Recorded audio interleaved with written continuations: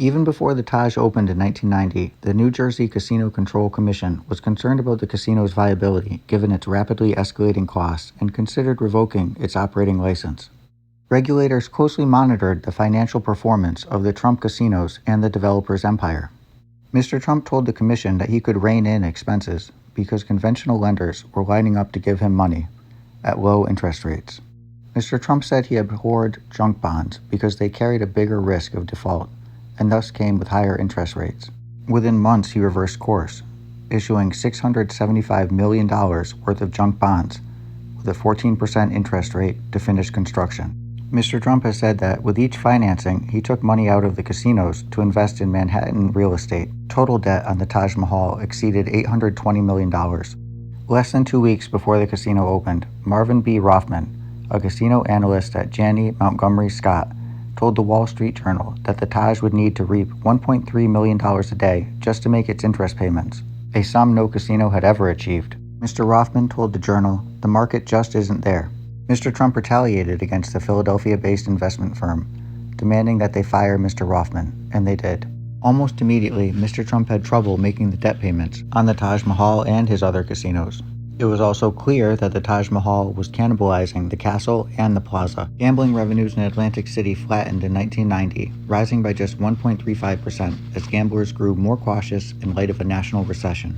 In August 1990, New Jersey regulators noted the sheer volume of debt on Mr. Trump's holdings, $3.4 billion, $1.3 billion on the casinos, and $832.5 million in loans personally guaranteed by Mr. Trump. Regulators warned the possibility of a complete financial collapse of the Trump organization is not out of the question. The Taj Mahal missed its November debt payment. The castle was also late. Neither Trump's castle nor Mr. Trump had the necessary funds to make an $18.4 million bond payment due in December 1990. On December 17, 1990, Fred Trump dispatched Howard Snyder, a trusted bookkeeper, to Atlantic City with a $3.35 million check. Mr. Snyder bought $3.35 million worth of casino chips and left without placing a bet. Apparently, even this infusion wasn't sufficient, because that same day, Fred Trump wrote a second check to Trump's castle for $150,000, bank records show. With this ruse, it was an illegal $3.5 million loan under New Jersey gaming laws, resulting in a $65,000 civil penalty. Donald Trump narrowly avoided defaulting on his bonds. Just over a year after it opened, the Taj Mahal was in bankruptcy court, followed in 1992 by both the Plaza and the Castle. In bankruptcy court, Mr. Trump ceded to the lenders a 50% stake in the businesses in return for lower interest rates. The lenders agreed to defer certain payments and hold off on personal claims against Mr. Trump for 5 years. There was little to no reduction in the enormous debts.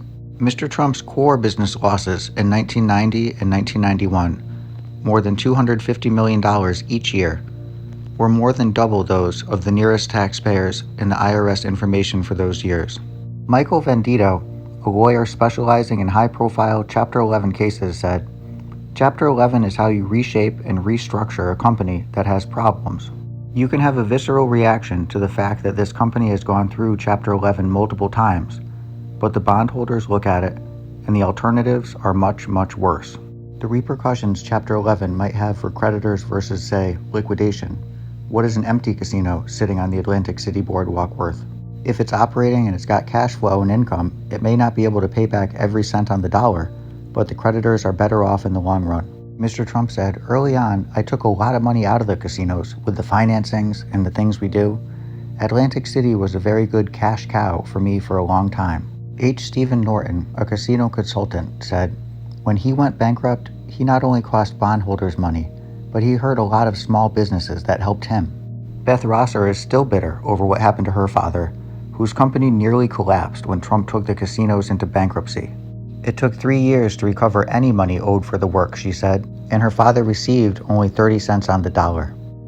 Ms. Rosser, who took over running the family's business, said, "Trump crawled his way to the top on the back of little guys, one of them being my father."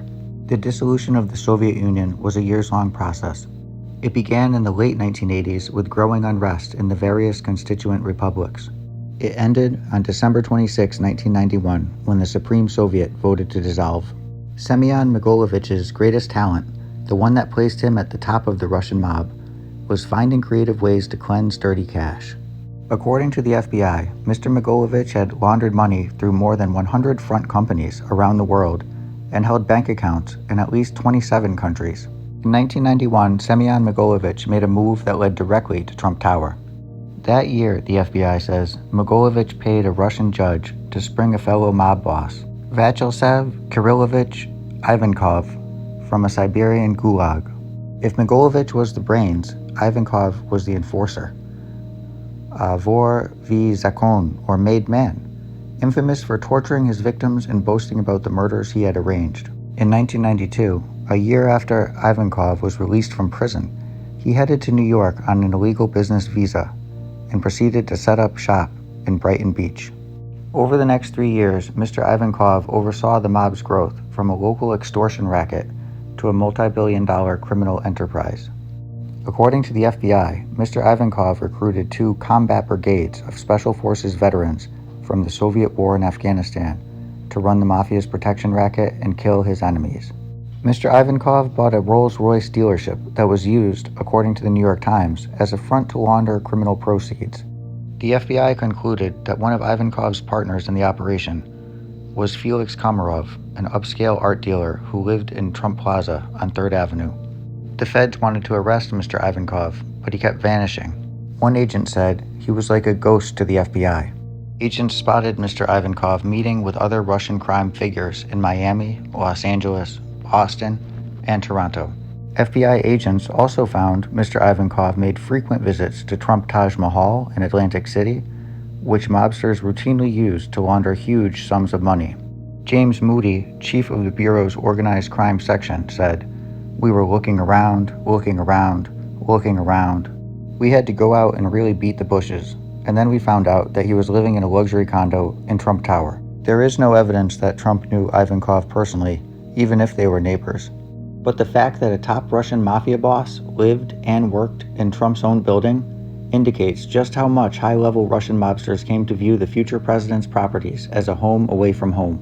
William R. Noje came to the Legal Aid Society in 1993 with now immigration judge Walter Rule, with a desire to provide legal services to low-income immigrants seeking to remain in the U.S. Mr. Noje helped to found the Legal Aid Society's immigration program, one of the only immigration legal services programs in Western New York.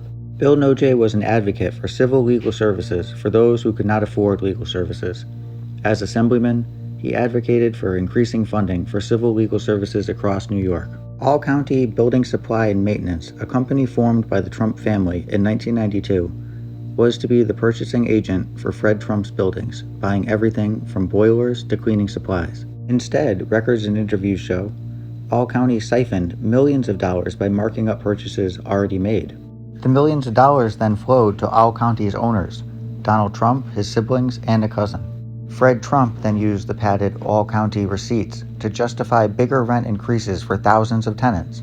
Mr. Trump was still personally responsible for more than $100 million in debt, and his agreements had only delayed the day of reckoning to June 30th, 1995. First, he shifted much of his personal debt onto his casinos, then onto a new group, shareholders. In 1993, his company sold more junk bonds, adding another $100 million in debt. More than half of the new money went to pay off Mr. Trump's unrelated personal loans. In June 1995, with the risk of being forced into bankruptcy just weeks away, Mr. Trump shifted ownership to a new publicly traded company, Trump Hotels and Casino Resorts. In the initial public offering, 10 million shares were sold at $14. At the same time, the company also sold another $155 million in junk bonds at a 15.5% interest rate. Becoming a public company burdened Mr. Trump with the responsibility of putting shareholders' interests first. But Mr. Trump, the largest shareholder and chairman of the board, could generally meet that obligation by obtaining approval from his board of directors and disclosing financial details in securities filings. The board's 3 outside members were widely seen as bowing to his wishes.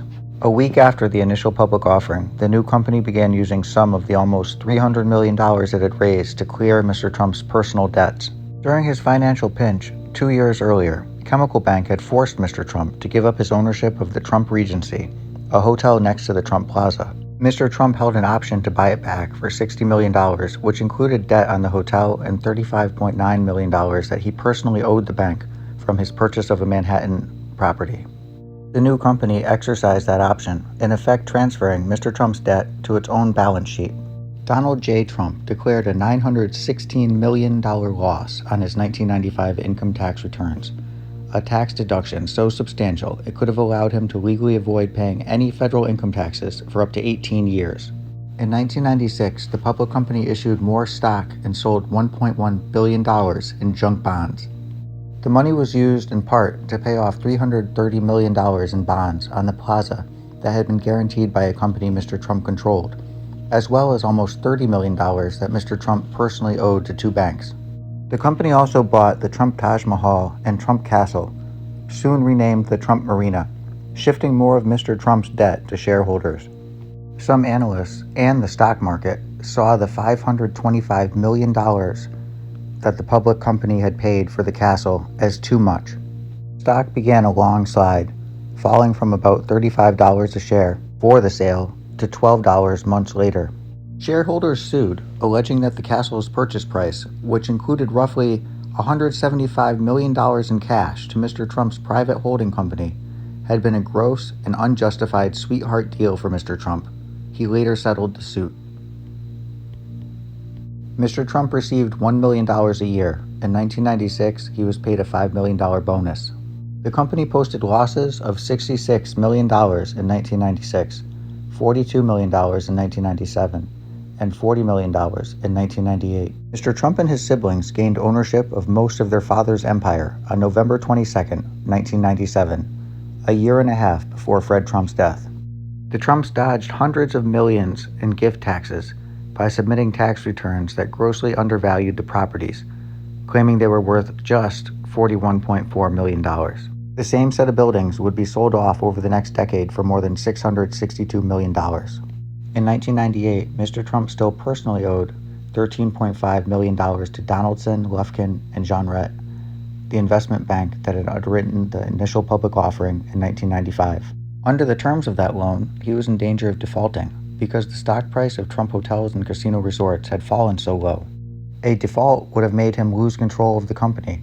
Instead, the casino company lent him the money to pay back the bankers.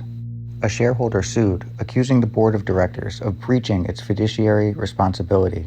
The lawsuit, filed in 1999, said Trump Hotels and Casino Resorts is a casino and entertainment company.